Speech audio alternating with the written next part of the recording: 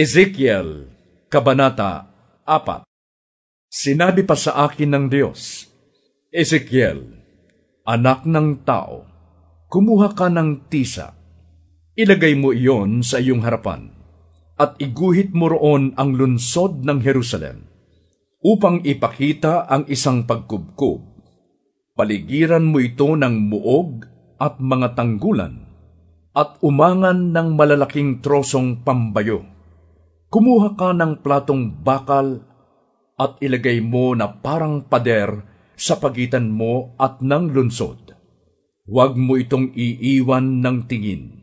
Ito ay kukubkubin at ikaw ang kukubkub. Magiging palatandaan ito sa bansang Israel. Pagkatapos, mahiga ka ng nakatagilid sa kaliwa at ipapataw ko sa iyo ang bigat ng parusa sa Israel. Kung gaano katagal kong ipataw sa iyo ang parusa, ganoon din ang pagpaparusa sa kanila. Sa loob ng 370 araw, mananatili ka sa ganoong ayos. Bawat araw ay katumbas ng 1 taon. Pagkatapos, bumiling ka sa kanan upang dalhin ang kaparusahan ng Huda sa loob ng 40 araw. Bawat araw ay katumbas ng 1 taon. Pagkatapos, humarap ka sa Jerusalem. Iunat mong paharap doon ang iyong kamay na nakalilis ang manggas ng iyong baro at magpahayag ka laban sa lunsod na iyon. Ngunit gagapusin kita hanggang hindi natatapos ang gagawin mong pagkubkob para hindi ka makabiling.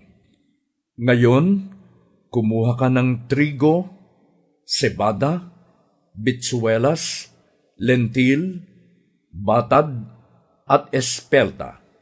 Paghalu-haluin mo ito sa isang sisidlan at lutuin. Ito ang kakanin mo sa loob ng 370 araw habang ikaw ay nakahigang patagilid sa kaliwa. May takda ang pagkain mo araw-araw, 1 beses maghapon at mahigit na 1 kilo lamang araw-araw. May takda rin ang iyong pag-inom, 1 beses maghapon at halos 1 litro lang sa 1 araw. Magluto ka ng bibingkang sebada na dumi ng tao ang panggatong. Kanin mo ng nakikita ng mga tao.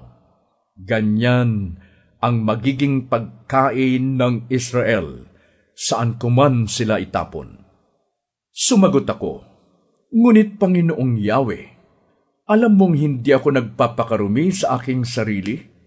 Mula sa aking pagkabata, ay hindi ako tumikim ng anumang namatay ng kusa o nilapa ng hayop.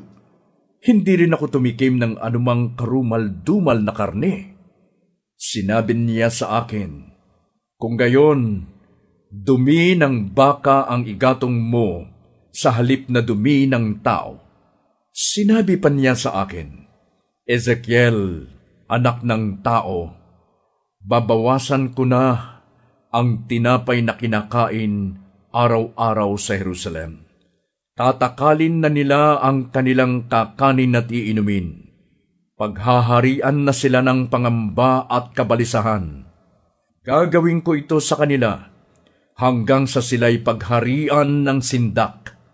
Gayon sila pahihirapan dahil sa kanilang kasamaan.